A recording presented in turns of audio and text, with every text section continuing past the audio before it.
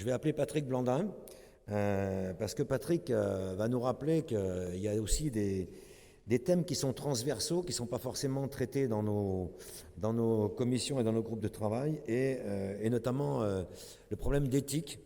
Et donc je lui donne la parole avant ses collègues. Merci Bernard, bonjour à toutes et à tous. Je suis évidemment, vous l'imaginez, particulièrement ravi au bout de 25 ans de voir tout le chemin parcouru par notre comité.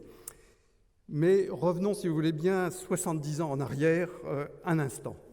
Écoutez, l'appauvrissement progressif de la biodiversité entraîne déjà un abaissement des conditions de vie de l'humanité. Son renouvellement ne pouvant suivre la cadence des destructions, le moment est venu de convaincre l'homme de l'étroite dépendance dans laquelle il se trouve à son égard. Si l'on veut arrêter cette évolution redoutable, il faut que l'homme se pénètre de la nécessité de protéger et même de régénérer cette biodiversité et de ne la consommer qu'avec ménagement, de manière à garantir la prospérité du monde et sa paix future. Message d'actualité, 70 ans. J'ai juste remplacé ressources naturelles par biodiversité dans cet extrait du préambule de la Constitution de l'Union. Ce qui frappe, c'est que la protection de la nature était alors vue comme une démarche devant servir à la paix du monde. Or, aujourd'hui, la paix est à la peine. Le monde est à la veille de grandes difficultés et nous devons nous demander modestement comment la conservation de la nature peut effectivement contribuer à prévenir cette évolution redoutée. Encore un saut en arrière.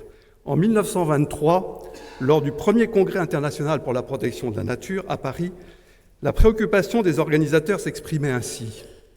Comment concilier la protection de la nature avec les nécessités industrielles qui s'imposent ?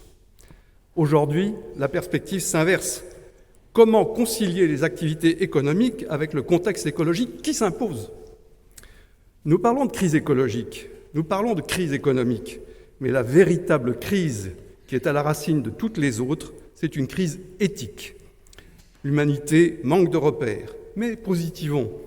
Il y a en gestation de nouvelles visions des relations des humains avec la nature.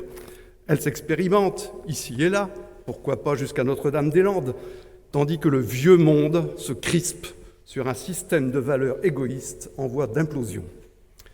Dans ce contexte, l'UICN a une responsabilité biosphérique, si j'ose dire. Le congrès de 2020 doit être l'occasion de l'assumer.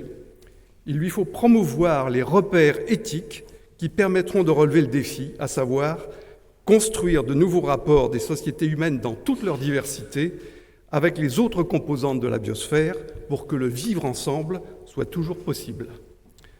Nous avons de grands textes de référence, la Charte mondiale pour la nature de 1982 de l'ONU et la Charte de la Terre, adoptée comme référence éthique par l'UICN en 2004 au terme d'une résolution, selon le processus décrit tout à l'heure. Relisez-les, mais les chartes ne peuvent suffire. Il faut mettre l'éthique en action. Dans cette perspective, l'initiative pour une éthique de la biosphère, adoptée par le Conseil de l'UICN en 2010, est innovante. Bien sûr, elle aussi propose des valeurs et des principes, mais elle est avant tout un appel à une démarche, un mouvement.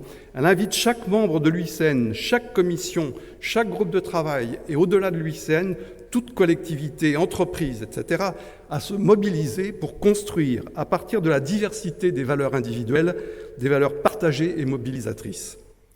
En tant que pays d'accueil, la France peut contribuer à ce que le Congrès de Marseille propose des solutions pour sortir de la crise éthique que traverse nos sociétés.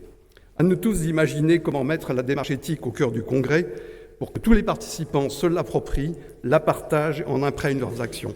Juste une petite idée, dans tous les stands, dans toutes les présentations, est-ce qu'on pourrait mettre à chaque fois « Voici nos valeurs qui fondent notre action ». Merci.